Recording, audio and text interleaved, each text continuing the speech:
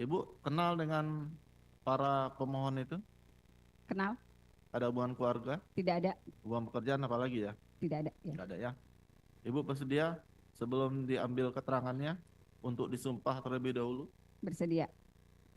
Silakan Bu, berdiri satu langkah ke depan. Ini sebagai saksi ya? Betul yang mulia, sebagai saksi. Ikuti ucapan sumpahnya Bu ya. Bismillahirrahmanirrahim. Bismillahirrohmanirrohim. Demi Allah saya bersumpah Demi Allah saya bersumpah bahwa saya bahwa saya sebagai saksi dalam perkara ini sebagai saksi dalam perkara ini akan memberikan keterangan yang benar akan memberikan keterangan yang benar dan tidak lain daripada yang sebenarnya. dan tidak lain daripada yang sebenarnya. Silakan duduk Bu. Baik, Ibu Titin ini saksi yang saudara pemohon ajukan. Betul yang mulia. Ini akan menerangkan seputar apa ini? Menerangkan karena beliau inilah Bu Titin adalah yang pertama mendapatkan kuasa dari keluarga daripada terpidana saat itu untuk mereka dampingi sebagai kuasa hukum, dan beliaulah yang banyak mengetahui di awal, dan jalan cerita kami akan dengarkan peristiwa dari awal ketika Bu Titin menangani peristiwa kejadian 2016 yang lalu, yang mulia. Semua perkara ya? Semua perkara. Ya, silakan Pak. Sudah dimulai pertanyaan. Baik, selamat pagi Bu Titin. Pak Bu Titin sehat hari ini ya? Alhamdulillah sehat. Bu Titin, kita ingin mendengar langsung to the point saja. Mhm. Yang pertama, bahwa apakah Bu Titin benar atau tanggal berapa Bu Titin mendapatkan kuasa dari keluarga para terpidana di awal dari sejak penangkapan 31 Agustus 2016 yang lalu? Mungkin Ibu bisa ceritakan. Ya, terima kasih. Mohon izin yang mulia. Sejak tanggal 31 malam hari 31 Agustus 2016, salah seorang yang ditangkap, orang tuanya datang ke kantor kami dan menyatakan anaknya ditangkap pada sore hari. Orang tua Eko Ramadhani, itu yang pertama. Selanjutnya, secara berturut-turut saya mendapatkan kuasa dari 7 tersangka lain dari tanggal 31 Agustus sampai tanggal 5 September 2016. Mohon izin yang mulia saya buka berkasnya. Boleh? Terima kasih.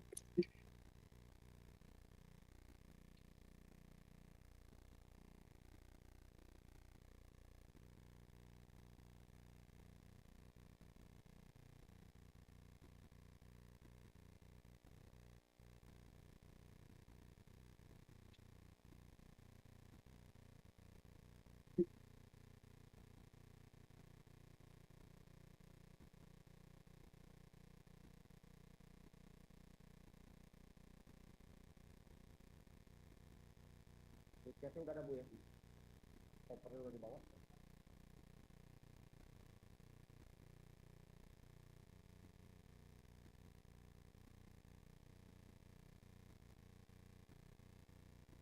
Ini langsung ke Thailand.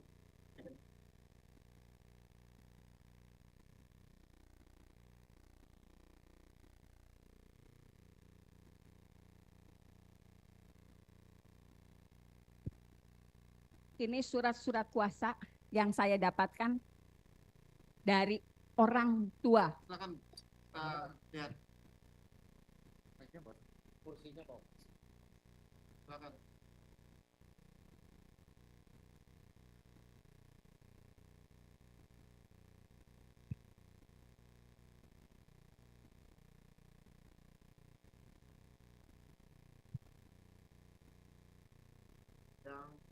Yang pertama kali Eko. Pakai mic-nya Bu. Yang pertama kali Eko, orang tuanya pada malam hari. Orang tuanya sudah datang pada malam hari. Kemudian itu berturut-turut tanggalnya. Tanggal 31 itu langsung tanda tangan surat kuasa? Tanggal 31 itu karena orang tuanya sudah datang, saya datang tanggal 1 September ke Polres Cirebon Kota. Enggak, maksud saya itu tanggal Tanggal 1 ditandatangani oleh Eko-nya. Eko. Ya. Oh berarti belum tanda tangan surat kuasa Ya. pada saat itu ya? Itu karena malam harinya orang tuanya datang memberikan identitas, saya ketik di tanggal itu. Nah yang lainnya ketik di tanggal yang saat ditandatangani. Kecuali Rivaldi. Kalau Rivaldi sudah dipegang pengacara lain. Rivaldi bukan ibu kuasanya? Bukan. Penasihat hukumnya? Bukan? Bukan. Jadi berdasarkan surat kuasa itu, saya datang ke Polres Cirebon Kota untuk bisa mendampingi semua yang sudah tanda tangan kuasa.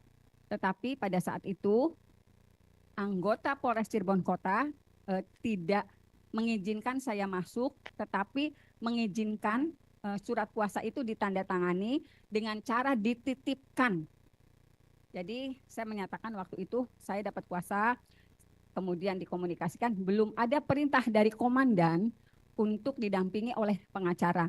Jadi surat kuasanya silahkan dititipkan dulu. Jadi setiap surat kuasa itu saya titipkan, diambil keesokan harinya dalam kondisi sudah ditandatangani oleh semua tersangka waktu itu. Jadi saya tidak pernah bertemu. Oke. Ada yang mau ditanyakan? Silakan Pak.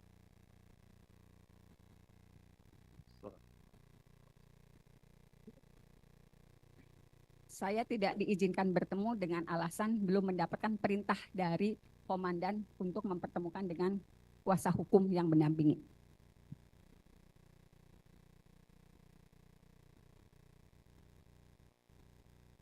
Ada pertanyaan? Ya, tanggal 1, tanggal 2, saya hampir setiap hari ke situ karena memang kan surat kuasa yang ditandatangani tanggal 2, saya serahkan tanggal 2. Untuk Gitu. Eko tadi tanda tangan? Kalau Eko dari malam, karena Eko pertama kali orang tuanya yang datang ke kantor saya. Tanggal 31 orang tuanya sudah datang, makanya saya ketik ini di depan orang tuanya, kemudian diperlihatkan tanggal 1-nya saya baru datang ke Polres Cirebon Kota. 1 September 1 September. 2016 ya? Ya, 2016. Saya serahkan waktu itu ke Bapak Imanuddin. Semuanya? Semuanya. Kan satu-satu Pak. Selain Eko? Ya. Oh Eko semuanya. juga termasuk juga? Semuanya diserahkan karena beliau kenal dengan saya bilang pokoknya Bu Titin titipkan saja, besok diambil kembali. Jadi semua kuasa itu diserahkan pagi harinya, besok paginya baru diambil kembali dengan kondisi sudah ditandatangani. Anggota Polres Cirebon Kota. Saya lupa jabatannya apa itu.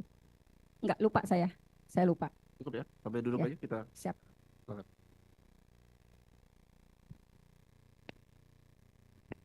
Baik, saudara saksi, saya lanjutkan. Setelah saudara saksi mendapatkan surat kuasa dari para terpidana, apakah saudara saksi dari tanggal 31 malam ya, Agustus ya, lalu baru tanggal 1, ya betul ya, 1 Septembernya, tanggal berapa saudara saksi berhasil bertemu dengan para pemberi kuasa?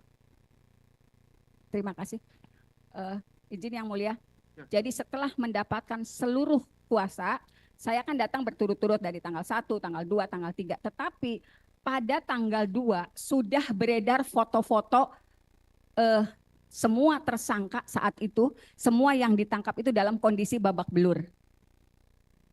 Tanggal 2 saya sudah mendapatkan foto-foto itu dari para keluarganya.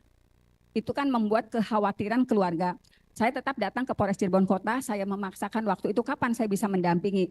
Pas tanggal 3 saya ke sana, dikatakan kalau mereka sudah dititipkan ke Polda Jabar pada tanggal 3 September 2016. Tetapi kan karena memang belum seluruhnya yang nanda tangan kuasa, berarti di situ masih ada kuasa yang tanggal 5. Itu pun tetap ditandatangani. Silahkan yang mulia barangkali diperlihatkan kepada apakah 5 September.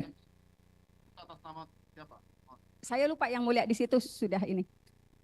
Ya. Ini bukan? Ya. Ya. Ini tanggal 5. Ya, atas nama Jaya, ya. Ya. Apa betul ini surat kuasa? Ya, surat kuasanya ini. Ya. Ya. Ya. Ya, dua-duanya.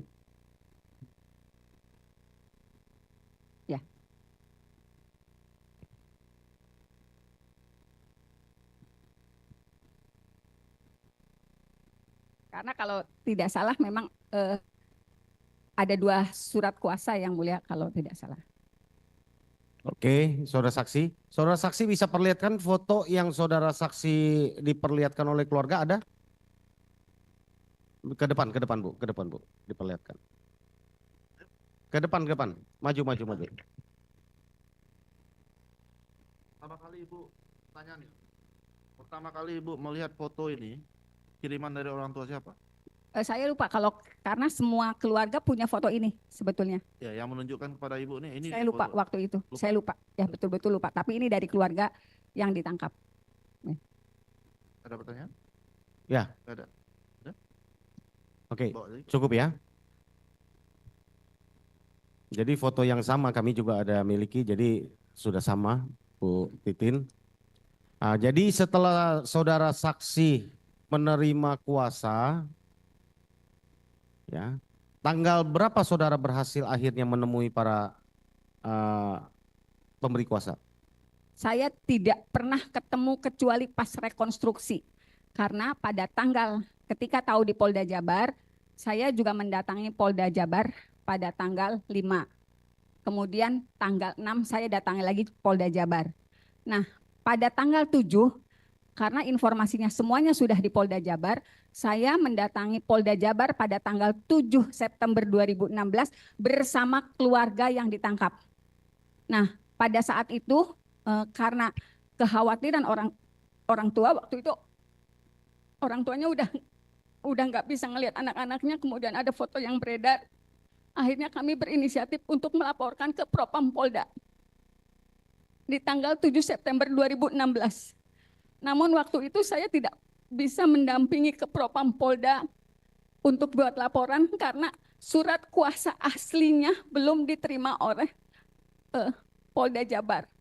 Jadi saya nggak ngerti surat kuasa asli yang saya serahkan di Polres Cirebon Kota nyangkut di mana. Untung sempat saya fotokopi dulu. Bu, saudara saksi, saya ingin melanjutkan tadi sebelum pertanyaan lain karena saudara saksi sudah menyinggung tentang laporan ke Propam Polda Jabar. Kami ingin mendengar keterangan dari saudara saksi, apakah laporan saudara saksi diterima, lalu apa proses lanjutan dari Propam Polda Jabar setelah menerima laporan dari saudara saksi? Bisa dijelaskan? Laporan ke Propam Polda Jabar tidak pernah ditindaklanjuti apa-apa. Saudara tidak pernah dapatkan surat pemberitahuan apa? Tidak sama sekali. Karena tidak pernah mendapatkan informasi apapun dari Propam Polda pada tanggal 13 September 2016, saya juga bersama keluarganya melapor ke Komnas HAM. Saudara saksi pernah diperiksa di Polda Jabar di Propam? Enggak pernah. Sebagai pelapor? Enggak pernah. Enggak pernah ketemu? Enggak pernah. Selain waktu awal hanya melaporkan? Ya. Tidak ada tindak lanjut lain? Enggak ada. Tidak ada surat dari Polda Jabar Enggak ada sama memberitahukan sekali. tentang apapun dari Propam? Enggak ada. Tidak ada? Ya. Sampai bergulir kasus ini ya? Ya. Oke. Mohon dicatatkan mulia, ini keterangan sangat penting karena di dalam fakta persidangan ada kesan bahwa ini perkara Eko sudah pernah diperiksa secara etik di Propam Polda Jabar mengenai penganiayaan terhadap para terpidana terdahulu. Mengenai dari keterangan saudara saksi ini ternyata laporan dari kuasa hukum saat itu dari para terpidana belum pernah diproses laporannya di Propam Polda Jabar. Untuk dicatatkan saja di berita acara persidangan. Makasih yang mulia. Kemudian saudara saksi, kami ingin menggali lagi, bertanya, setelah tidak berhasil bertemu lalu saudara saksi ke Komnas HAM. Ya. Ya. Lalu apalagi yang saudara saksi lakukan? Ke Komnas HAM sebetulnya pengaduannya lebih rinci. Karena di situ dinyatakan kalau foto-foto ini juga dilampirkan ke Komnas HAM, kemudian juga di situ juga disebutkan ada Saka Tatal yang anak, kemudian juga disebutkan penangkapan yang tidak sesuai prosedur, semuanya disebutkan. Laporan pengaduannya arsipnya masih ada pada saya. Ada respon dari Komnas HAM? Responnya Komnas HAM pada tanggal 7 Januari 2017 mengirim surat ke Polda Jabar untuk mengklarifikasi apa yang saya sampaikan di tanggal 13 September 2016 ke Komnas HAM. Jadi setelah 4 bulan berarti ya? Ya. 4 bulan ya, baru 4 bulan. direspon ya? Bukan direspon, Komnas HAM mengirim surat kepada Polda Jabar untuk mengklarifikasi laporan saya. Iya, artinya baru direspon oleh Komnas HAM kan? Ya. Saudara saksi melaporkan kan bulan September. Ya, tanggal Baru 13 ada surat Komnas HAM ke Polda Jabar bulan Januari kan? Januari 2017. Ya, artinya 4 bulan sesudah saudara saksi melaporkan ke Komnas HAM. Ya. Sebelumnya tidak ada surat dari Komnas HAM atau apa? Tidak ada, karena surat itu juga diterimanya pada bulan Januari. Oke. Surat yang saudara saksi laporkan juga diterima bulan Januari maksudnya? Enggak, surat yang Komnas HAM meminta klarifikasi ke Polda Jabar, kan tembusannya Saudara dikirimkan juga saksi saya. punya dokumen ya, tanda menyerahkan surat ke Komnas Punya. HAM tanggal berapa ya? Oke. Punya semua. Makasih. Ya. Saudara saksi sesudah saudara saksi melaporkan ke Komnas HAM ya, kan dijawabnya di Januari. Lalu yang kembali ke September ya. Tanggal berapa akhirnya berhasil bertemu dengan para terpidana dan siapa? Saya tidak pernah bertemu dengan semua terpidana terdakwa waktu itu sampai mereka rekonstruksi. Tetapi pada tanggal 15 September 2016, karena kan saya juga nyimpen nomor handphone, waktu itu masih handphone model klip. Saya waktu itu berulang-ulang karena saya terus cari tahu siapa yang bisa saya akses di Polda. Saya orang Cirebon, nggak ada akses ke Polda. Akhirnya saya dikasih nomor penyidik Polda Jabar yang orang Indramayu. Pada tanggal 15 September 2016, karena saya terus memohon agar saya bisa mendampingi dan hanya pada penyidik yang dari Indramayu itu mau yang berkomunikasi dengan saya. Namanya Pak Dodi. Pada tanggal 15 September 2016, saya dikasih kabar besok Sakatatal tahap 2 tanggal 16 September 2016. Saya kaget, loh kok udah tahap 2?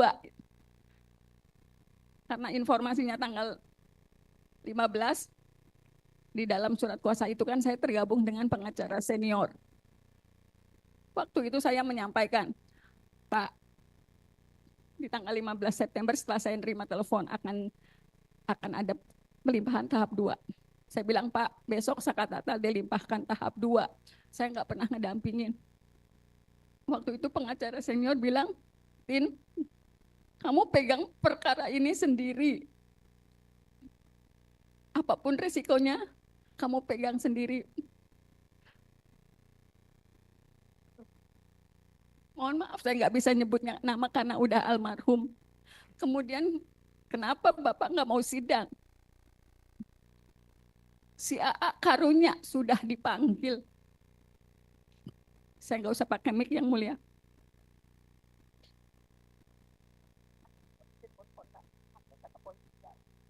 Jadi minta untuk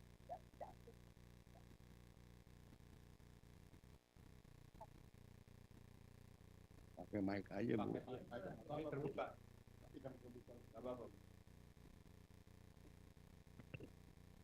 Jadi di tanggal 15 itu. Jawab. Maksudnya saya jawab tapi Ya kalau nggak, kalau ibu, kalau saya nggak mau jawab ya hak ibu.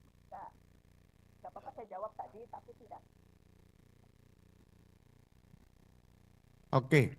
Kemudian pada tanggal 16 September itulah, 16 September 2016, saya baru bertemu dengan Sakatatal September 2016 dan kondisinya BAP itu sudah jadi. Karena saya juga syok ketika tanggal 15 saya mengkomunikasikan, saya halus jalan sendiri. Tanggal 16 ketika Sakatatal datang itu ketemunya di kejaksaan dalam kondisi BAP sudah jadi. Hanya nama saya yang dikosongkan. Saya juga susah berkomunikasi dengan Sakatatal saat itu. Saya masih melihat luka-lukanya. Cuman kan pandangan matanya dia kosong banget. Saya susah, saya nanya apapun, dia juga nggak ngerti saya pengacaranya. Padahal waktu itu ada kakaknya, ada Selis. Tapi jangankan dengan saya, yang orang luar, orang yang dia tidak kenal. Dengan Selis juga, Saka, kamu apa yang terjadi? Dia nggak bisa cerita. Saka masih anak-anak waktu itu 15 tahun. Pandangan matanya kosong. Dia seperti berada di dunia yang dia nggak ngerti. Saya susah berkomunikasi. Saya baca BAP itu betul. Saya waktu itu mengambil resiko yang terbesar. Kalau saya nggak tanda tangani, walaupun saya tidak mendampingi, saya sudah dikasih kabar kalau ibu udah nggak mau tanda tangan sekarang, Sakatatal akan didampingi oleh pengacara yang ditunjuk oleh negara. Itu yang bikin saya berat karena saya dari tanggal 1 udah nyari mereka. Akhirnya walaupun saya betul tidak mendampingi saat BAP, di tanggal 16 itu saya tanda tangani karena sebelumnya juga saya sudah dikasih kabar ya akan berjalan sendiri dan resiko apapun harus diambil. Kalaupun ini saya berdampak pada profesi saya sebagai pengacara, saya siap dihukum. Saya siap menerima sanksi dari profesi advokat karena memang saya menandatangani itu. Karena saya juga udah berusaha banget untuk mendapatkan mereka sebelum saya ketemu Sakatatal di tanggal 16 September. Dan itu sebetulnya ditandatangani itu di Kejaksaan Kota. Kejaksaan Kota Cirebon, di kantornya. Saya ruangannya lupa, tapi itu memang ditandatangannya di kantor kejaksaan. Nah setelah itu, kalau tidak salah, jaksa waktu itu membuat satu dokumen lagi yang menyatakan kalau Sakatatal melakukan pemukulan. Itu pun saya nggak bisa konfirmasi ke Saka, betul nggak kamu melakukan itu? Karena betul-betul Sakatatal dalam kondisi yang susah diajak bicara. Saya tahu banget bagaimana dia ketakutannya saat itu. Jadi ada berkas lagi, tapi dokumennya saya nggak punya karena itu kejaksaan yang pegang, yang menyatakan Sakatatal memukul. Saya juga terpaksa menandatangani, kalau tidak ditandatangani Sakatatal akan dipilihkan pengacara yang ditunjuk oleh negara. Baik, saudara saksi, sekali lagi saya ingin mengkonfirmkan saudara saksi masih punya BAP-nya Sakatatal yang saudara mengaku menandatanganinya di kantor kejaksaan tanggal 16 September supaya kita konfirmasi.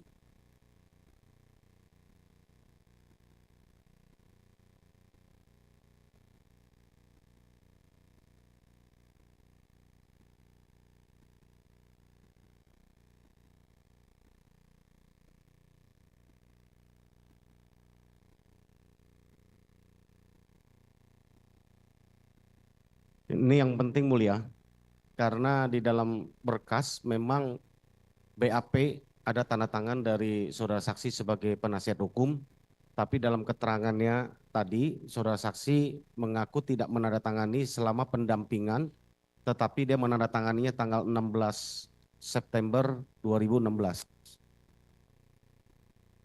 Karena itu salah satu alat kekeliruan dan kekhilafan yang kami ajukan dalam persidangan ini.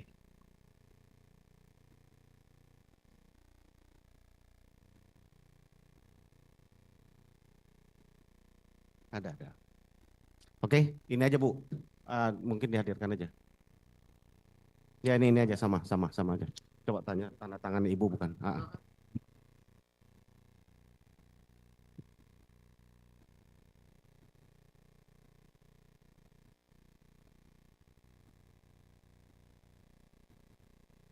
Ya betul di tanda tangan saya. Ini sama tanda tangannya? Ya. Itu betul tanda tangan Ibu Ya. ya? Yang di berkas yang Ibu punya itu sama tanda tangannya? Tanda tangannya. Sama tanda tangannya. Di tanggal 16 September itu yang saya dapat suratnya ini yang mulia. Bukan P21. Itu 22 September ini. Ini bunyinya tanggal 13 September. Jadi surat yang saya dapatkan di tanggal 16 itu ini. P21-nya nggak saya dapat. Yang saya dapatkan ini. Tapi P21-nya nggak saya dapat. Ya, yang tanggal 16 tuh komunikasinya tahap 2, tapi surat yang diberikan ini. Ya. Pengantar ke tahap 2, tapi saya tanda tangannya tanggal 16 di kejaksaan, tapi tertanggalnya saya dapatnya ini suratnya. Ya. Ya.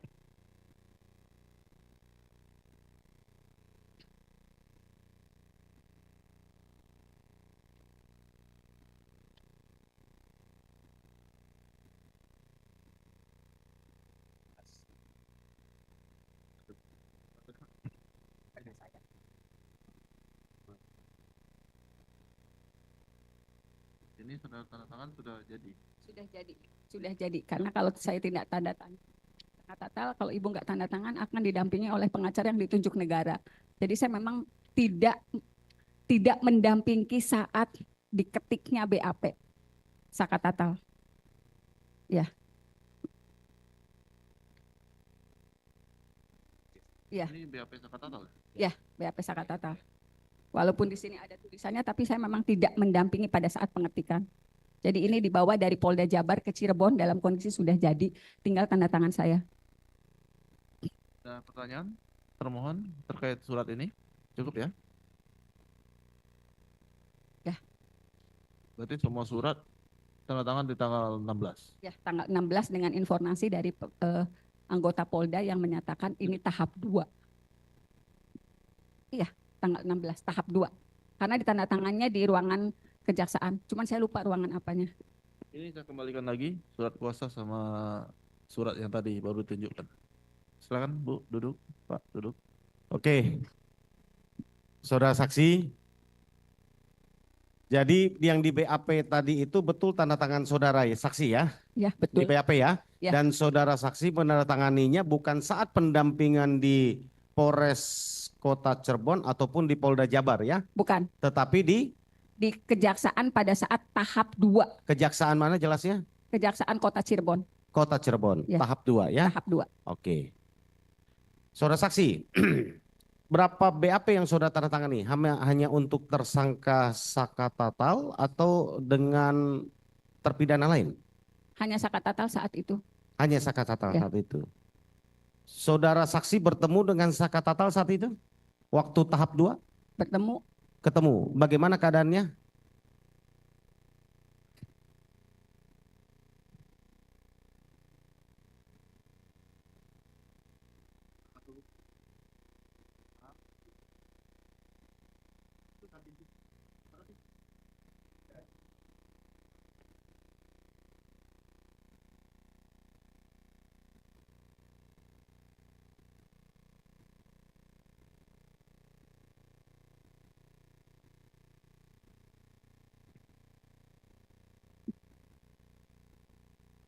Saat itu Sakatatal memang sangat sulit diajak bicara.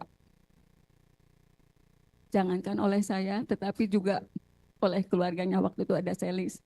Saya waktu itu ngomong ke Selis, coba diajak ngomong, bener enggak seperti itu. Sakatatal cuma geleng-geleng kepala, tapi dia nggak jawab apa-apa.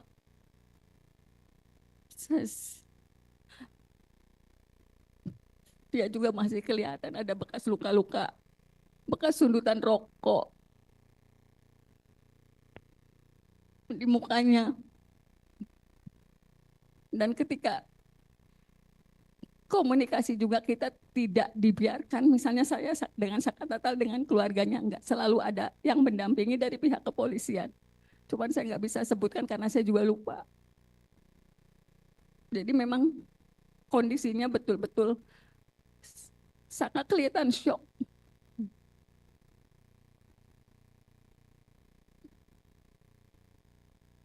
Dia menerima perlakuan yang luar biasa karena dia sempat menulis di secari kertas yang disampaikan kepada keluarganya. Teteh, saya disiksa, disetrum, disuruh minum air kencing. Cuma kalimat itu yang dia tulis di kertas kemudian dikasih ke keluarganya. Cuman untuk komunikasi dia nggak bisa sama sekali. Dan kejadian itu sampai November 2016. Kak Natal masih susah diajak ngomong ketika sudah di rutan juga.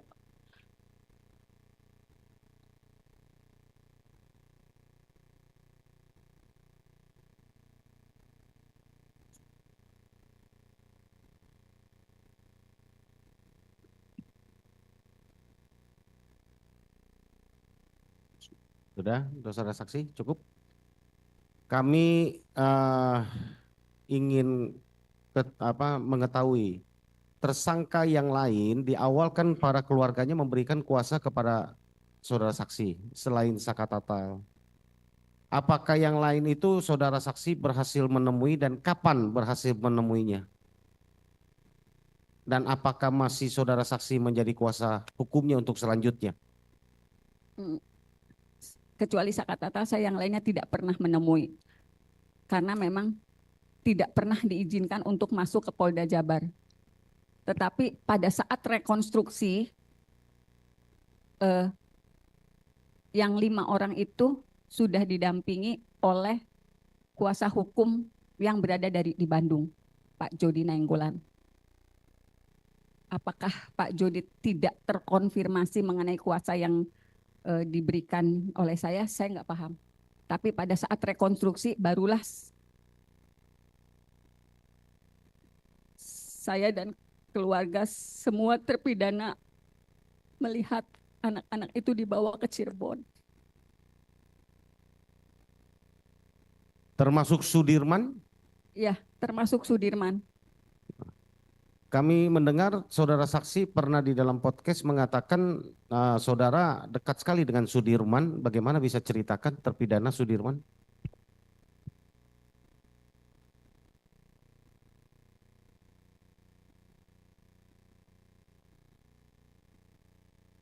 Ditenangkan dulu, Bu. Nah, kalau Ibu mau minum, silakan di luar. Saya kasih tempat. Kalau di sini mungkin duduk. Nggak boleh duduk. Kalau mau di Ibu, Pak saya izin angkat diri mau minum dulu ya. Habis kok. Bisa lanjut. Angkat dulu. Pak Ibu merasa jawabnya. Saya mengenal keluarga Sudirman bukan hanya dengan Sudirman, juga keluarganya. Karena ketika saya pegang kuasa, saya cari tahu bagaimana latar belakangnya, bagaimana prototip keluarganya, bagaimana karakter mereka secara keseluruhan. Pada saat itu yang saya lihat, ibu dan ayahnya Sudirman, mohon maaf, bukan orang yang pandai berkomunikasi. Ketika saya datang untuk mencari tahu bagaimana karakter yang ada, cuma mereka nangis karena mereka meyakini Sudirman adalah anak yang baik. Saya juga terinformasi kalau Sudirman, kalau mereka sih bilangnya idiot. Jadi Sudirman tuh gampang disuruh-suruh orang. Kalau dia main bersama teman-temannya, dia lebih sering dibully dan disuruh ngapa-ngapain, misalnya ngambilin minum, ngebeliin jajan. Itu Sudirman tipenya seperti itu. Tetapi saya juga dapat informasi dari yang lain, dari tetangganya, Sudirman tidak pernah bergaul dengan yang lain. Jadi dia di rumah, kemudian ke musola, selalu sholat berjamaah, dan mainnya tidak jauh dari lingkungan rumah. Oke. Itu yang saya terima dari keluarga Sudirman. Walaupun untuk informasi itu pun saya sangat sulit menggalinya karena memang keluarga Sudirman itu, mohon maaf kalau saya bilang, mungkin gennya untuk tingkat kecerdasannya tidak terlalu luar biasa. Saya melihatnya seperti itu karena sampai hari ini pun kalau saya berkomunikasi dengan ibu bapaknya itu sangat sulit. Sulit untuk mereka mau berkomunikasi dengan baik. Saya harus pelan-pelan. Apalagi ibunya sama sekali, misalnya Sudirman dulu kayak gimana, belum apa-apa dia udah nangis. Gimana saya mau menggali masalah Sudirman ke ibunya. Saya dapat informasi semuanya dari kakaknya, Beni.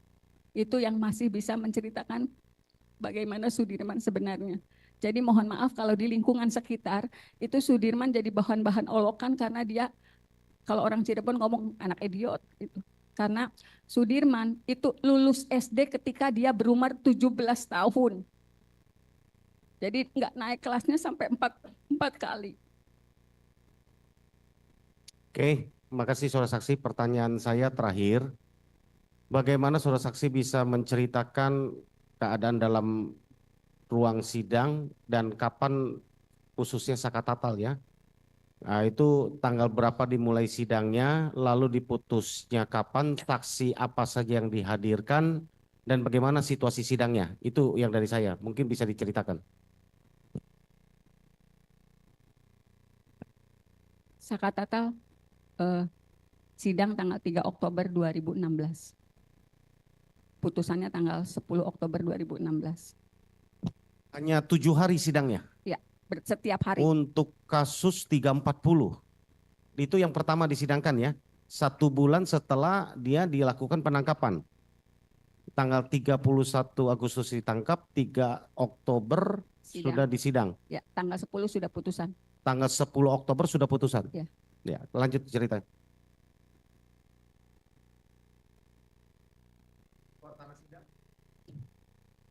Sidang untuk Sakatatal memang tertutup, dihadiri oleh 3 orang majelis karena dia sidang anak.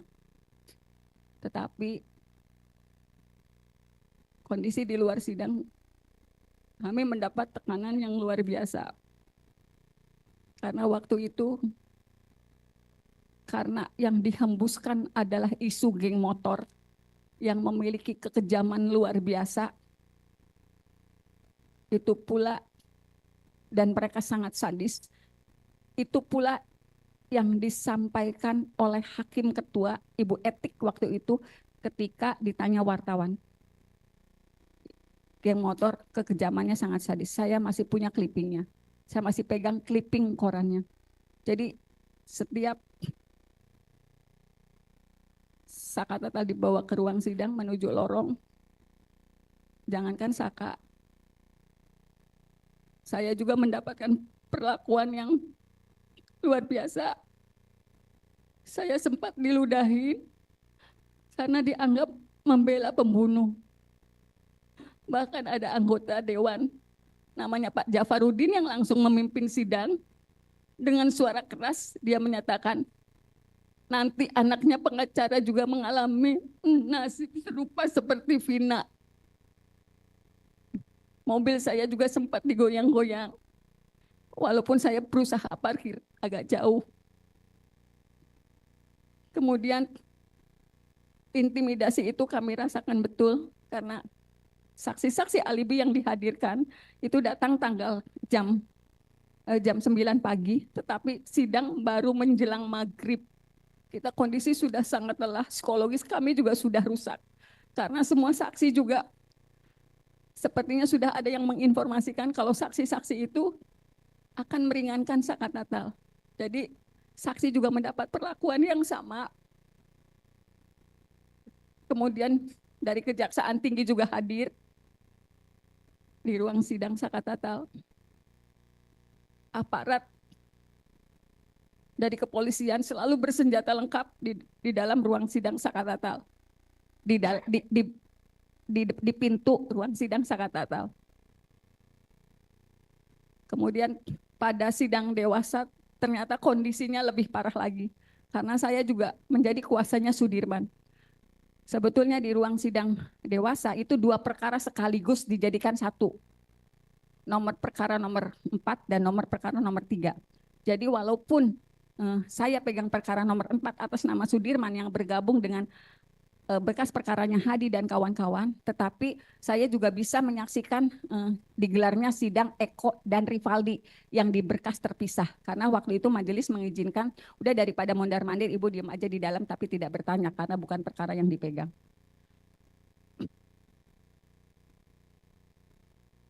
Kalau dalam sidang TK hari ini, jaksa selalu menanyakan apakah ada penganiayaan, pemukulan oleh hakim dan jaksa sebetulnya saya yang bisa bercerita.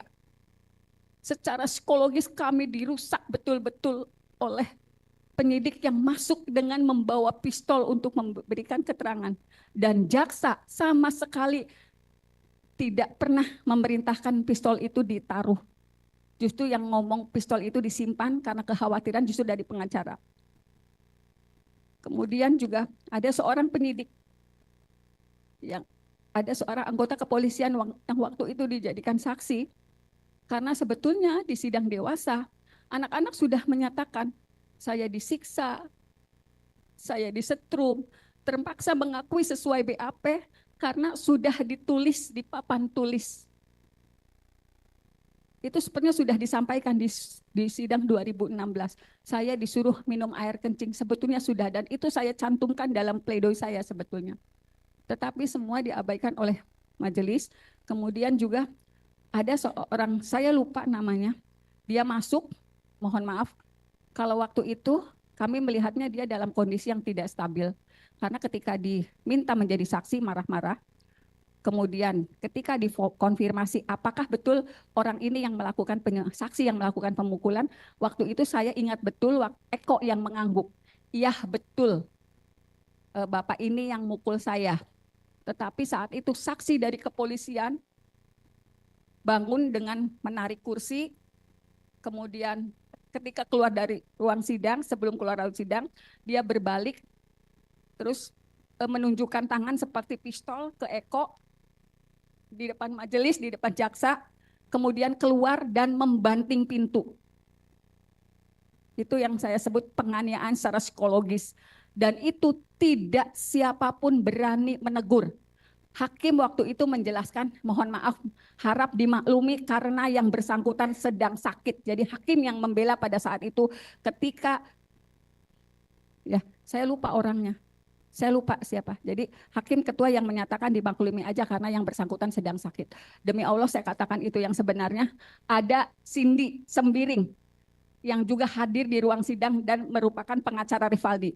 Boleh dikonfirmasi ke semua termohon. Siap, pemohon. Saya lupa yang mulia, saya lupa.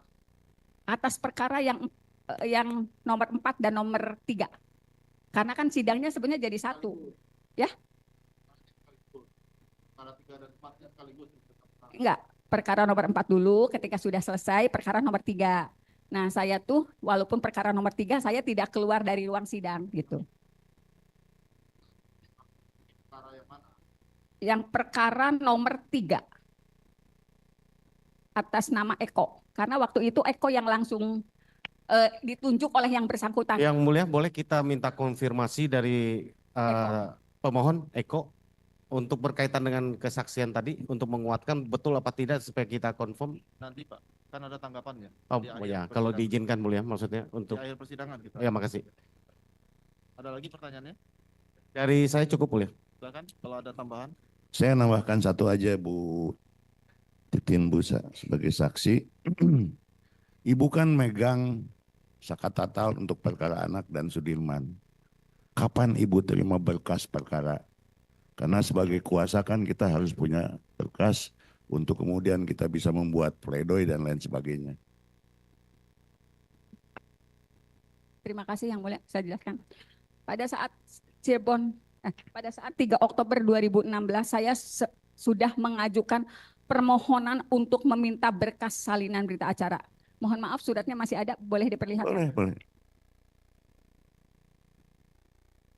Karena biasanya saya bikin rangkap 2.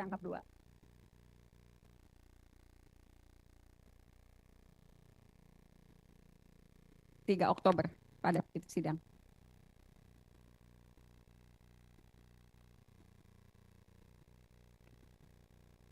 Ini yang Sakatatal.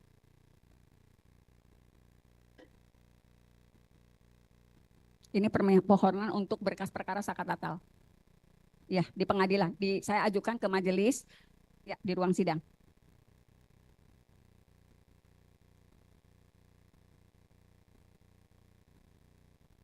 Ya, ke majelis hakim.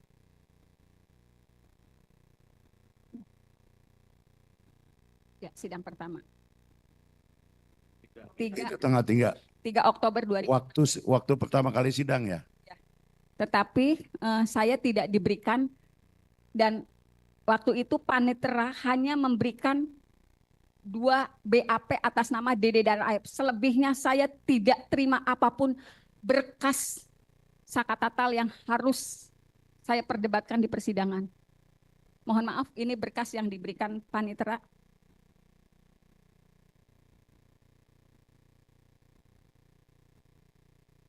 Diberikan. Ya, Ya, Ibu. Ya. tanggal 4 diberikan ini, hanya ini 2 macam ini. Ya, karena setiap hari sidang. Depannya mana ya? Ya, ini Aep. Hanya 2 ini yang diberikan. Dengan alasan waktu itu belum selesai dijilid. BAP, Dede dan Aep.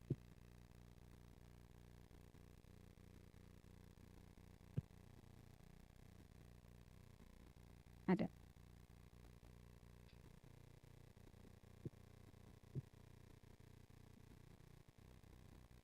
Ada. Yang di saya ada. Ini yang di Sakatatal.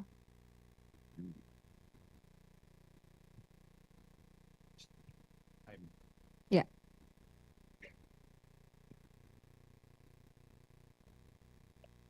Ada lagi yang mau ditunjukkan? Ada.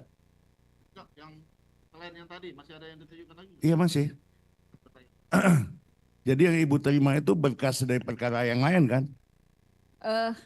Bukan. Ini berkas ini yang tebal itu diberikan pada saat Kan yang sidang saya dimulai. tanya, kan Ibu mohonkan kepada majelis untuk insahlah istilahnya gitu loh, berkas-berkas. Umumnya kan langsung ya silakan dengan panitera biasanya gitu ya. Nah yang Ibu terima kan kemudian diberikan oleh panitera itu berkas itu. Bukan, nggak diberikan. Yang diberikan hanya 2 ini, BAP Iya. Dede dan Aep. BAP Iya. Dede dan Aep. Iya, itu kan bukan berkasnya, Iya. bukan kan? Berkas yang di perkara lain kan? Enggak, kan keterangan Dede dan Aep Jadi hanya itu yang Ibu hanya, dapat. ya, hanya diberinya hanya BAP-nya Dede dan Aep. Apa Ibu nggak minta lagi?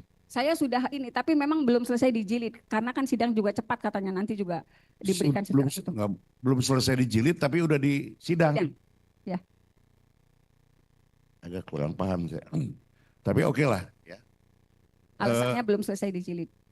Tapi sudah disidangkan. Iya. Berapa kali Ibu minta permohonan untuk mengkopi atau Ya, setiap menginsah sidang juga saya berkas? minta ke panitera, kan kalau surat resminya sudah saya berikan ke majelis. Tetap sampai akhir Iya. sidang tidak diberikan kecuali yang 2 ini. Ya, ketua kecuali BAP-nya Dede dan Aep. Kan memang kalau sidang anak itu Cepat. peradilannya cepat ya Bu. Ya kalau seminggu saya pikir nggak masalah juga gitu. Pertanyaan saya adalah bagaimana Ibu membuat pembelaan untuk perkara ini? Saya Kan Ibu nggak pegang berkas. Ya. Fakta persidangan juga apa adanya gitu. Bagaimana Ibu bisa merunut dari awal kejadian sampai adanya pembunuhan? saya membuat pledoi itu berdasarkan keterangan saksi yang sebetulnya terus diarahkan. Jadi gini, pada sidang Sakatatal yang dimintai keterangannya itu Sakatatal terlebih dahulu. Keterangan terdakwa terlebih dahulu, kemudian keterangan saksi belakangan, saksi alibinya belakangan. Jadi saya membuat pledoi ini hanya berdasarkan keterangan-keterangan di sidang. Tetapi karena keterangan Sakatatal sebagai terdakwa diminta lebih dahulu, ketika saksi bersaksi hanya majelis waktu itu Ibu Etik selalu mengatakan Saka sudah ngaku, Saka sudah ngaku. Jadi semua diarahkan sesuai dengan BAP. Bahkan ketika salah seorang saksi menyatakan pada pukul 10 malam itu Sakatatal ke bengkel, saya ingat betul.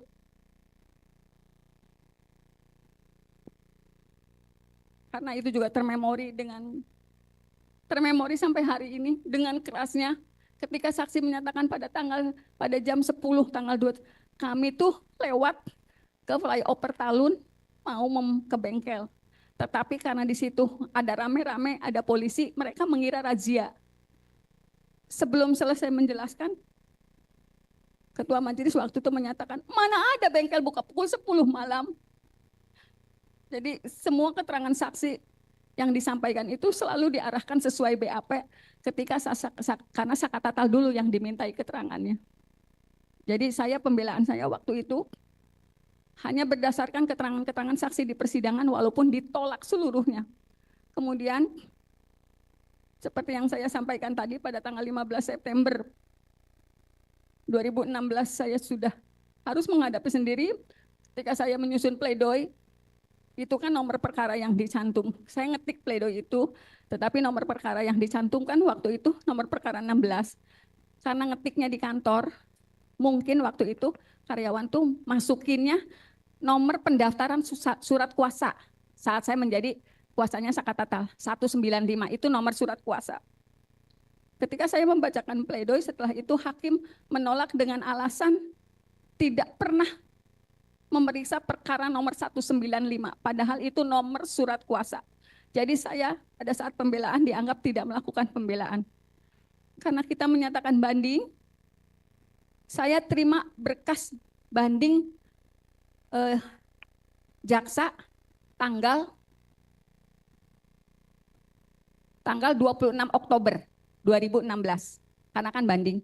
Saya nerima berkas banding jaksa tanggal 26 Oktober 2016. Karena tetapi jaksa menyerahkan memori banding itu tanggal 24 Oktober 2016. Saya baru terima berkas memorinya tanggal 26.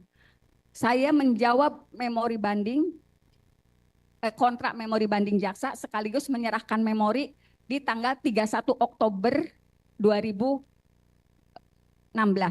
Tetapi dalam putusan di tingkat banding, ternyata memori banding dan kontrak memori banding saya oleh pengadilan negeri tidak pernah diserahkan ke pengadilan tinggi. Saya punya dokumennya kalau saya pernah menyerahkan memori banding dan kontrak memori banding, tetapi oleh pengadilan negeri. Punya dokumennya mana coba?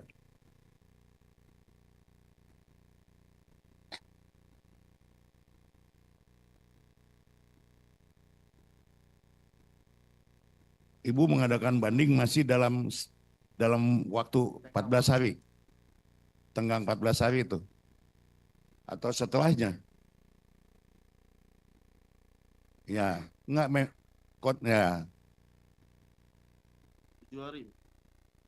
Ya. Anak. Kan waktunya 7 hari.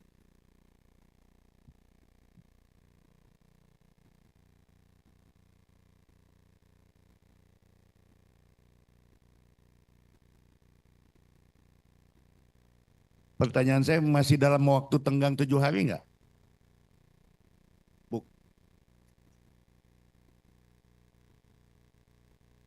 Ada waktu vonis, langsung ibu menyatakan banding gitu.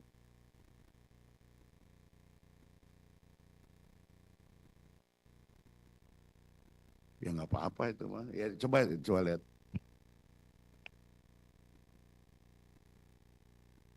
Nggak, kita mengkorek ini supaya kita tahu bagaimana pengadilan pada waktu itu berjalan gitu loh. Apakah sesuai dengan KUHAP atau dan lain sebagainya gitu. Silakan.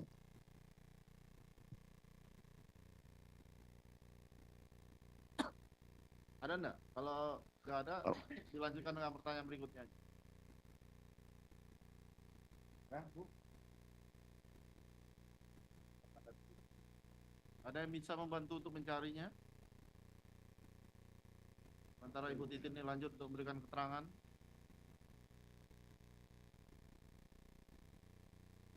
Oh, nggak bisa. Yang penting buat kami adalah memori banding ibu sudah ada diterima oleh kejaksaan gitu. Oleh pengadilan. Ini memori banding. Sebelumnya Ibu nyatakan di sidang. Kan ditanyakan haknya anak pada saat kan anak kan. Apakah terima, menolak, atau menerima pikir-pikir atau mengajukan banding. Ya. Dan pada saat di persidangan Ibu menyatakan langsung ya. akan mengajukan banding. Ya. Namun pada saat itu belum diserahkan Memorinya, ya memorinya. kan? Ya. Karena jaksa banding saya banding. Baik. Jaksanya banding juga pada Banding, saat ya, penuntut jaksa banding, ya, penuntut jaksa- umum pada saat itu banding. banding juga. Banding. Jadi kita sama-sama banding. Ini memorinya. Ya, Sidangnya diputus tanggal 10.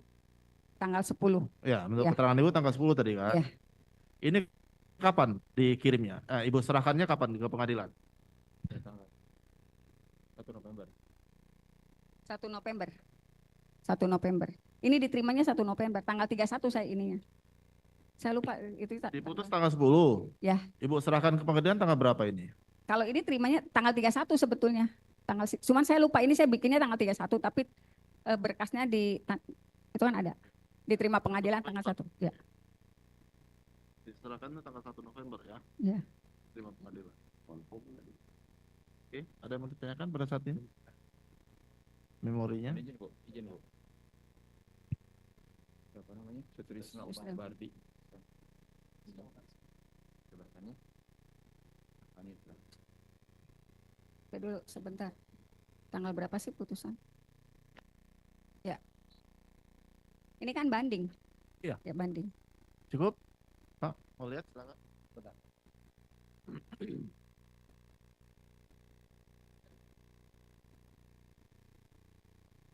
Cukup ya? Silakan. Masih ada? Jadi terkonfirmasi ya Bu ya bahwa memori banding Ibu diterima di Ya. pengadilan. Tetapi putusan banding menyatakan Tidak Ibu pernah menerima. tidak memberikan memori banding. Ya. Begitu ya putusannya.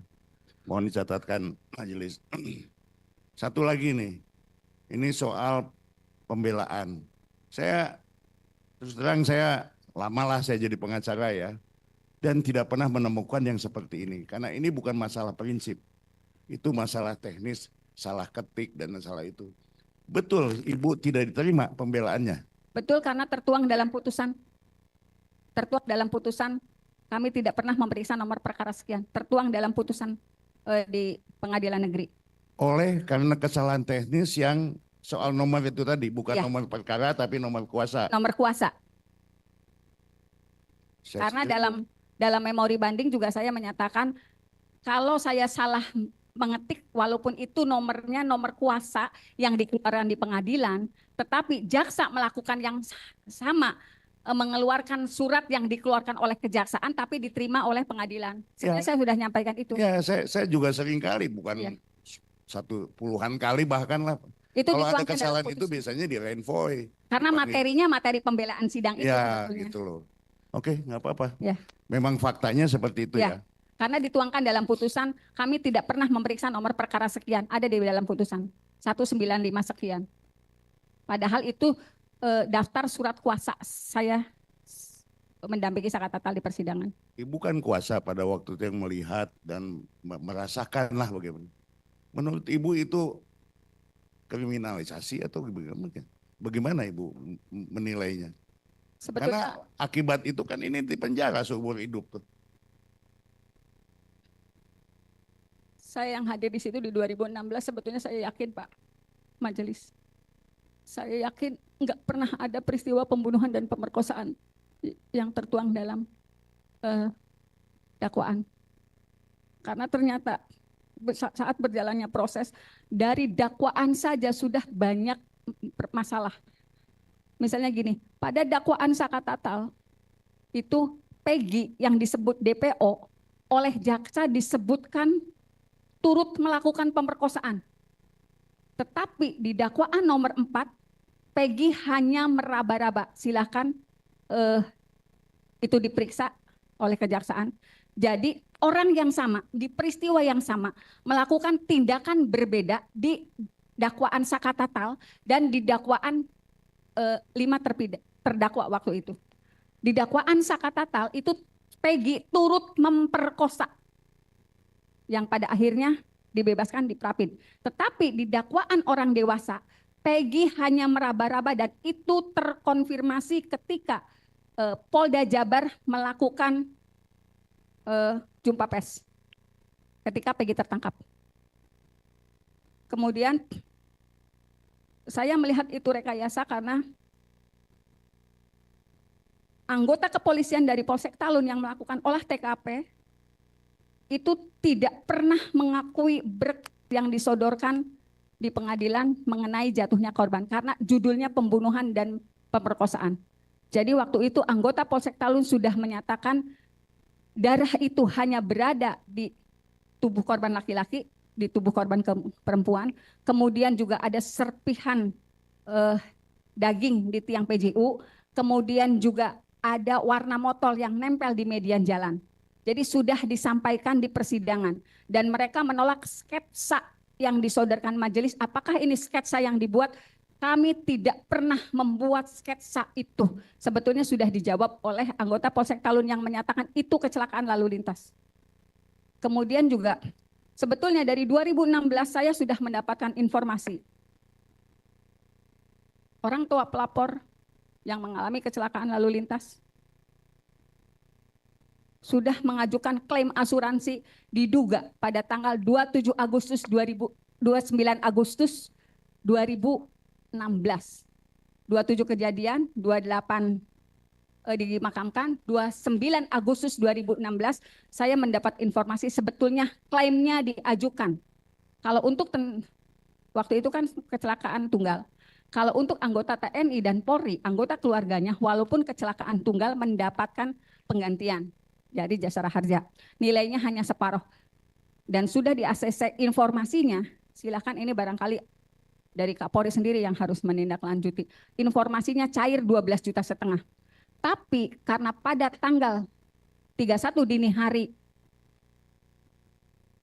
ada informasi mengenai kesurupan yang menyatakan ini adalah pembunuhan dan pemerkosaan dan sebetulnya di sidang 2016 itu disampaikan oleh orang tua Vina. Sebetulnya saya nggak tahu masalahnya, saya taunya kecelakaan, tapi tiba-tiba ada yang kesurupan itu pembunuhan, pemerkosaan, terus saya dikasih tahu. Jadi gitu. Jadi berubahnya konstruksi kecelakaan itu setelah adanya rekaman kesurupannya Linda. Tapi waktu itu tidak disebutkan nama Linda. Di persidangan hanya disebutkan temannya Vina ada yang kesurupan dan menyatakan ini pembunuhan dan pemerkosaan. Itu disampaikan di persidangan oleh orang tua korban dan saat itu orang tua korban perempuan meyakini informasi dari kepolisian. Karena mereka memberikan rekaman itu kepada anggota kepolisian. Ya, tadi Ibu belum menjawab apa yang saya maksud. Kan Ibu yang merasakan dan melihat dan Ibu yang menjadi kuasa pada waktu itu sehingga A sampai Z-nya tentu Ibu tahu. Nah, dalam persidangan karena ini menyangkut predikat kita sebagai kuasa hukum, maka ini saya perlu pertanyakan. Kenapa saya perlu pertanyakan? Ini jadi pelajaran untuk yang akan datang. Hal-hal seperti ini tidak boleh lagi terjadi. Kalau ada yang menyatakan bahwa ini kemudian jadi pengadilan sesat, terserahlah ya. Tapi saya menyatakan jangan lagi terjadi hal seperti ini. Masa dalam persidangan tidak diberikan berkas? Bagaimana mau bikin pembelaan? Apa gunanya Ibu ada di sana? Juga nggak ada gunanya juga, hanya melengkapi pasal aja bahwa didampingi. Itu faktanya bahwa kemudian Ibu menandatangani BAP di kejaksaan. Itu bagaimana ceritanya? Saya juga malu mendengarnya, Bu. Ya tapi udahlah, saya hanya memohon mudah-mudahan hal-hal seperti ini tidak terjadi lagi dan ke depan kita akan bisa lebih baik lagi. Terima kasih. Ya, yang mulia izin yang ringan-ringan saja yang mulia. Bu Titin kan memang menjadi kuasa hukum dari Sakatatal untuk perkara Sakatatal dan kemudian kuasa hukum Sudirman untuk perkara nomor 4 dan tadi Ibu cerita bahwa Ibu juga hadir di perkara nomor 3 ya. Oke. Pertanyaan saya, nih kalau bisa Ibu ingat-ingat supaya ini clear dan clean di dalam proses pengajuan PK ini, apakah termohon yang jaksa yang ada di sini ada yang terlibat tahun 2016? Lupa saya. Lupa. Udah. Enggak. Terus majelisnya berbeda? Berbeda. Berbeda. Oke, clear and clean. Karena beliau ini hadir di dalam 3 perkara untuk peristiwa yang sama. Hanya Ibu ini yang hanya Bu saksi ini yang bisa menceritakan karena dia hadir di seluruh perkara ya. Kasus peristiwa Eki dan Vina ini di split. Tapi yang jelas bahwa Ibu hari ini tidak terintimidasi, Saya tidak terintimidasi, tidak ada perlakuan kasar ke Ibu hari ini. nggak ada. Terima kasih. Majelis, saya mau tanya satu hal saja. Saya ingin ketegasan Ibu Titin sebagai saksi. Ibu Titin tidak pernah mendampingi para tersangka pada saat penyidikan ya. Ibu Titin tidak pernah mendampingi pada saat dilakukan pemeriksaan terhadap para tersangka. Jadi sama sekali tidak pernah. Dan Ibu Titin sebagai saksi saat ini, yang dulu sebagai pengacara para tersangka, tidak pernah membaca BAP dari mereka? Waktu Saka Tatal kan sempat saya baca dulu. Ya, terus? Kan saya coba nanya, Saka kamu tapi dia kan nggak ngerti saya. Dia juga, ya itu pandangannya kosong, saya nggak bisa nanya banyak sama dia. Ini kamu betul enggak? Soalnya saya harus tanda tangan. Gitu. Tapi kan sebelumnya sudah diinformasikan kalau Ibu nggak mau tanda tangan, hari ini juga kami siapkan. Oke, pertanyaan saya, Ibu tidak pernah mendampingi, tidak pernah ikut dalam pemeriksaan, tapi Ibu baca BAP. Kemudian Ibu tanda tangan BAP itu. Kenapa itu Ibu lakukan? Kalau Ibu tidak pernah mendampingi, tidak pernah sebagai, ini ketegasan saja supaya ini masyarakat luas dinonton oleh live ini, supaya mereka tahu bahwa sesuai dengan keterangan beberapa saksi yang lalu, mereka juga diminta tanda tangan BAP yang sudah jadi. Berarti Ibu tanda tangan BAP yang sudah jadi. Clear ya? Terima kasih Majelis Hakim.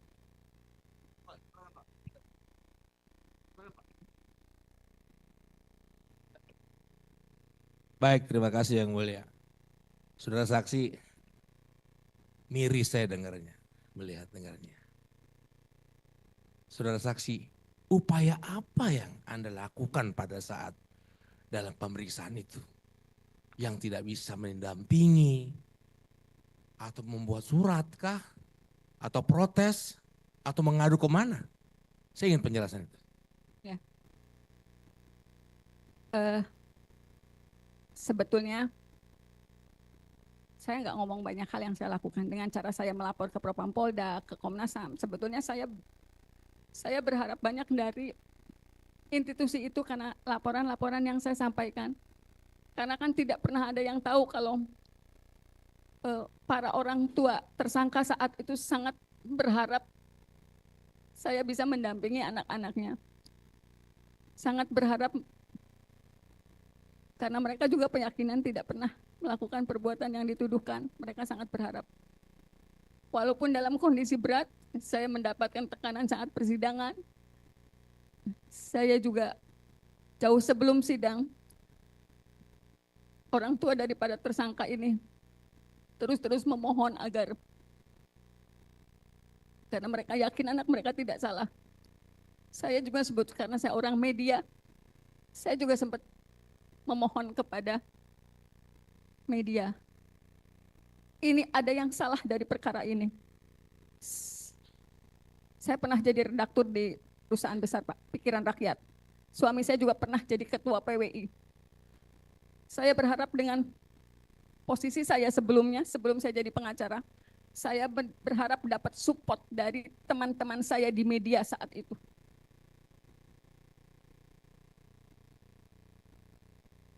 Di 2016, bulan Mei tanggal 19, bulan Mei. Ini saya lupa tanggal-tanggalnya. Ini koran-korannya. Semua saya selalu komunikasikan ini rekayasa.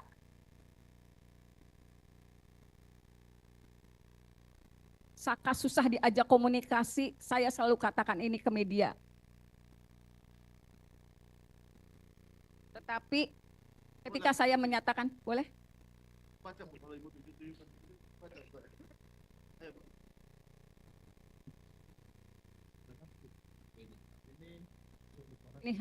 Ini hakim yang Ibu Etik menyatakan hakim geng motor sadis dan kejam. Jadi Ketika saya ngomong rekayasa, media hanya membeli porsi segini dan tidak bisa dijadikan halaman satu. Ya, ya, dia bicara saat ini. Gimana Bu? Ya, sidang dewasa. Ini bulan Mei ini. Itu pada saat hakim menangani perkaranya Sakatatal. Dia membuat keterangan pers, kemudian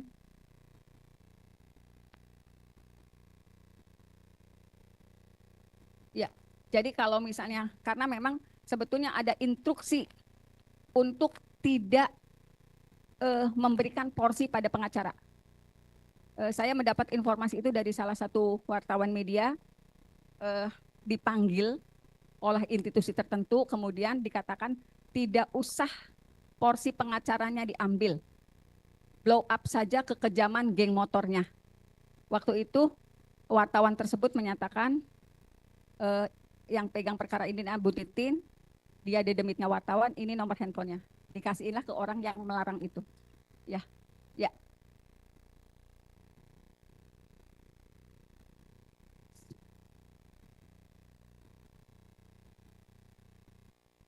Dibacakan. Iya. Iya. Tapi ditolak semua. Setelah melakukan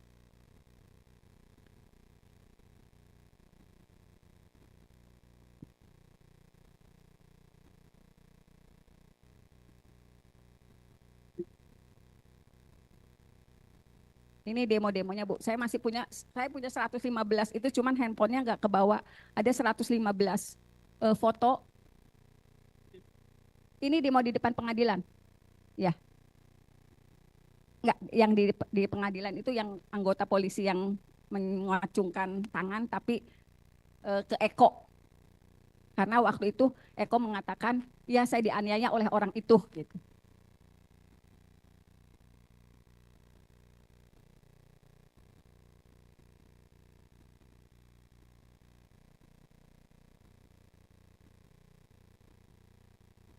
Enggak ada nanti jadiin.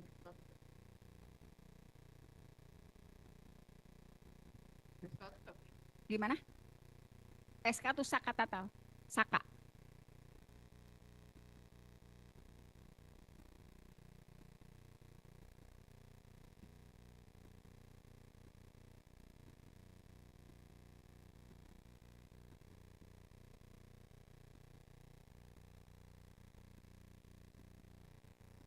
Beda. Ya. Beda-beda semua. Ini enggak semua ya, masih ada sih, cuman yang penting-pentingnya saya.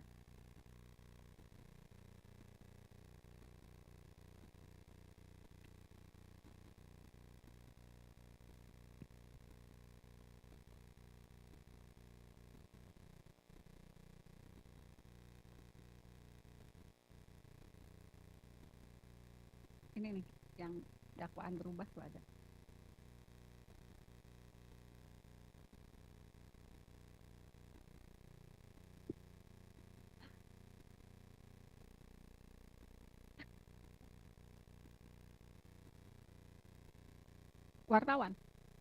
Wartawan. Bukan, saya hanya narasumber, yang bikinnya wartawan. Ini Andri wartawannya, ada nama inisialnya, karena saya kenal satu-satunya. Ini wartawan Radar, ya. Karena kan kalau wartawan kan posnya, kalau saya pengadilan punya wartawan sendiri, biasa kepolisian kejaksaan satu wartawan, kemudian ekonomi wartawan lain gitu. Jadi kalau wartawan kriminal pasti kejar kimpol, dulu istilahnya kepolisian kejaksaan kehakiman. Jadi pasti punya wartawan sendiri, punya pos-posnya sendiri. Kita ngomongnya pos. Ini bukan saya yang bikin, ini wartawan yang bersangkutan. Ya, ya. Pas dakwaan pertama. Bukan, kalau dari BAP penganiayaan, kedakwaan 340. Ya. BAP-nya ya 170. Bukan. Bukan. Dari BAP-nya 170, kedakwaannya 340.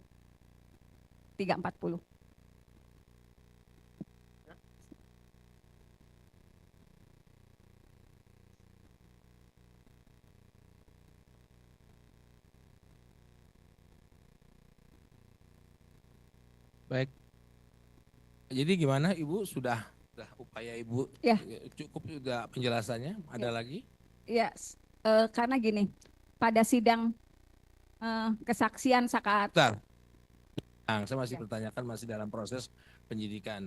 Upaya apa yang Ibu lakukan tadi Ibu sudah jelaskan. Tadi Ya. Ibu sudah jelaskan ya. Mhm. Oke. Jadi yang saya mau tanya yang kedua, di dalam persidangan tersebut ya, Ibu kan selaku penasihat hukum sama kayak kami di sini, ya kan? Ibu mempunyai satu suatu pembelaan, pertanyaan. Apa yang Ibu lakukan pada persidangan itu waktu itu? Apa yang Ibu lakukan di situ dan suasananya seperti apa? Dan Ibu apa yang Ibu yang kira-kira Ibu itu ditekan atau tidak dalam persidangan? kalau di sidang dewasa sebetulnya kan semua barang bukti yang disodorkan itu tidak pernah diakui oleh para terdakwa waktu itu. Tetapi pada sidang pemeriksaan dokter yang menerima Vina waktu itu, memang kan dia menyebut ada perdarahan. Sebetulnya saya juga nggak tahu, saya sempat nanya, itu yang disebut perdarahannya itu karena menstruasi atau bukan? Sebetulnya sudah saya tanyakan itu. Jadi untuk memastikan saya itu pengen punya keyakinan, tapi waktu itu oleh dokter yang bersangkutan bukan dijawabnya.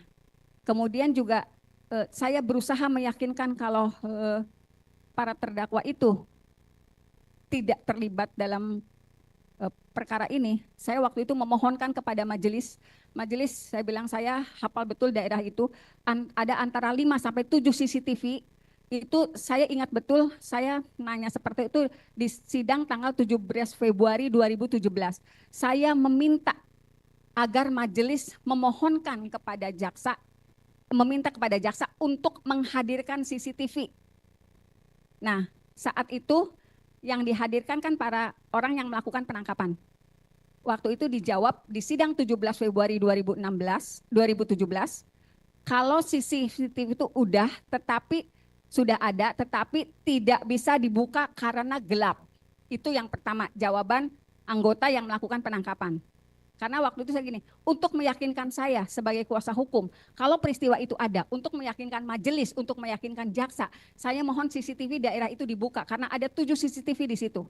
Kemudian dijawab seperti itu oleh anggota yang dihadirkan sebagai saksi, Gugun Gumilar, dan karena waktu tanggal 17 Februari 2017 itu semua saksi yang melakukan penangkapan yang dihadirkan. Jadi saudara saksi sempat menyampaikan itu di persidangan. Ya, menyampaikan meminta rekaman CCTV dibuka. Yang pertama jawaban anggota kepolisian, CCTV tidak bisa dilihat karena gelap. Jadi saksi sebagai PH masih sempat memberikan, bukan saya meminta paksa. Ya. Gitu kan. Kemudian CCTV tidak bisa dibuka, jawaban anggota yang lainnya tidak bisa dibuka karena anggota Polres Cirebon tidak ada yang memiliki keahlian untuk membuka CCTV. Nah, Baik. Waktu itu juga saya memohonkan kepada majelis apakah bisa mendatangkan ahli untuk membuka CCTV. Baik, itu lagi. Dalam ruangan sidang, saudara saksi sebagai penasihat diintimidasi atau tidak? Karena gini, karena tadi saudara saksi mengatakan dijaga ketat, ada yang bersenjata, ya. Ada nggak saudara saksi diperlihatkan dipelototin oleh itu sih? Itu aja, silakan. Ya. Begini yang mulia, saya wartawan kepolisian, kejaksaan, kehakiman di Polres Sumber. Suami saya ketua PWI, wartawan kepolisian, kejaksaan di Polres Kota Cirebon. Jadi saya dengan suami sama-sama punya pekerjaan yang sama tapi beda pos liputan.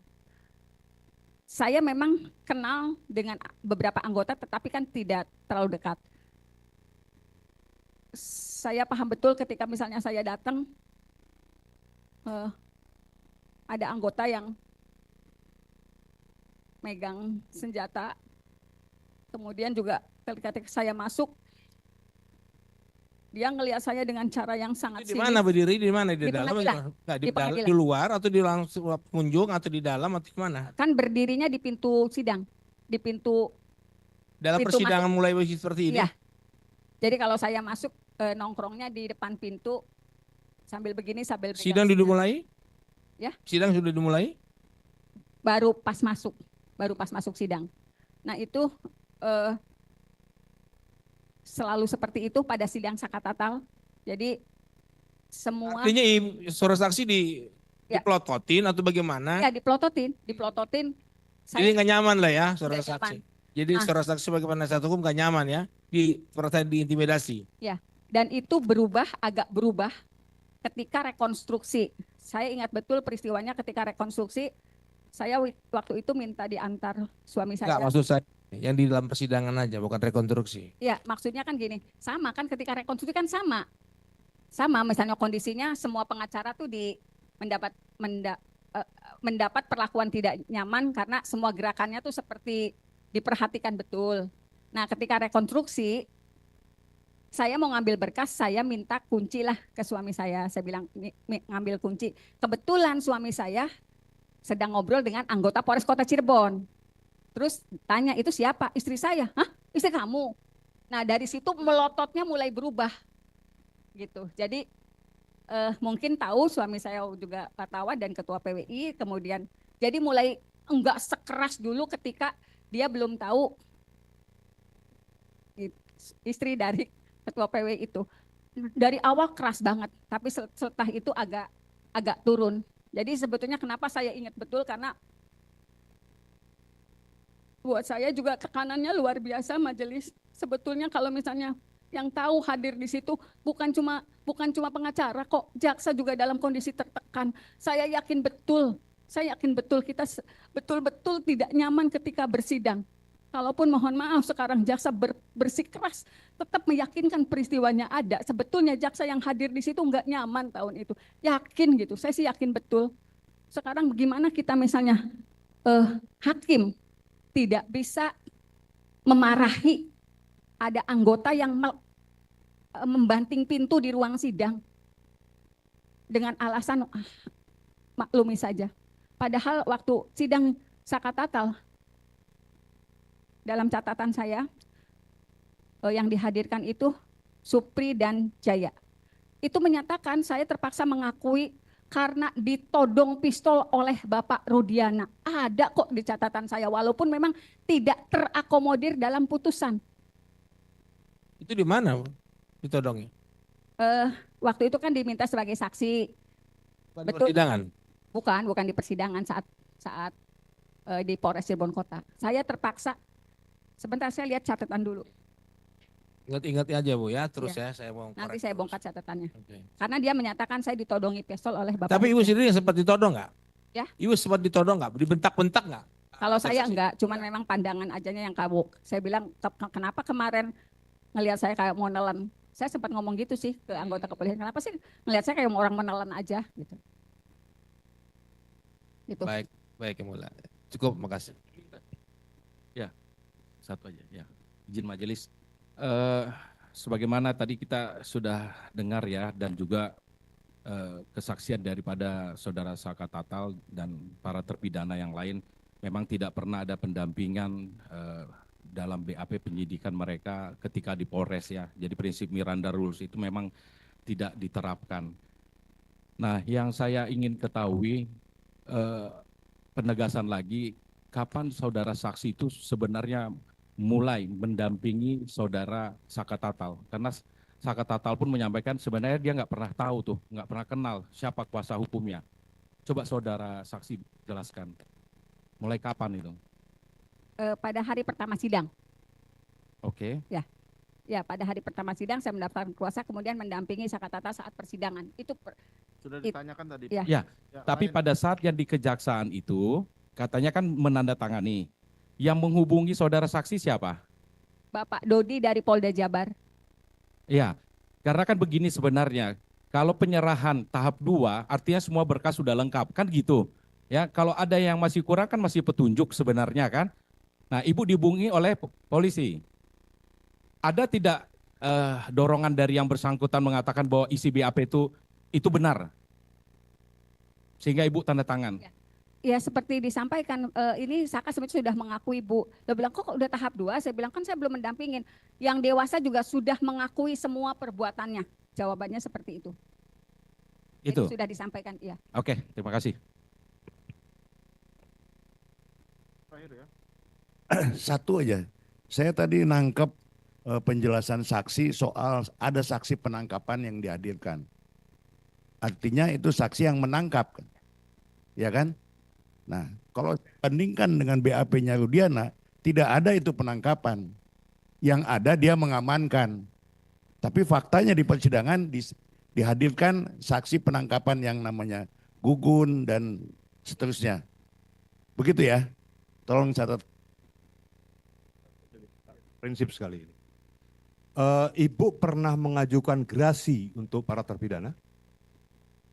Saya tidak pernah mengajukan gerasi karena setelah mereka vonis memang tidak ada komunikasi lagi mengenai nasib mereka gitu. Ibu pernah mendapatkan informasi mereka pernah mengajukan gerasi?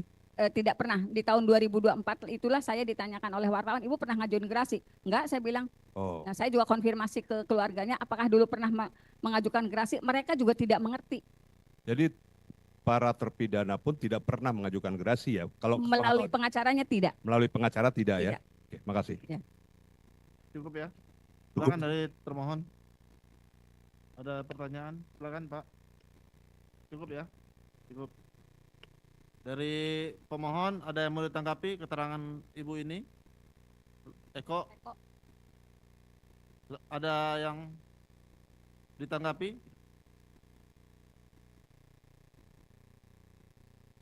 Benar adanya penodongan pistol itu, cuma pas Eko nunjuk iya betul itu orangnya, tapi pas ditodong Eko nggak ngelihat, pas nunduk Eko karena ketakutan. Peristiwa Terus itu ruangan ada ya? ruangan persidangan juga bukan di bawah, di atas. Iya. Yang mulia. Terus selesai jam 11 malam. Kalau yang tadi yang betul Pak Argi, saya ditodong pas penangkapan itu, ditodong pakai pistol, disuruh ngaku. Cukup ya tanggapannya? Iya. Ya, terima kasih Bu atas keterangannya dan kehadirannya. Terima kasih banyak. Pemeriksaannya sudah selesai. Bisa pulang atau bisa duduk di dalam.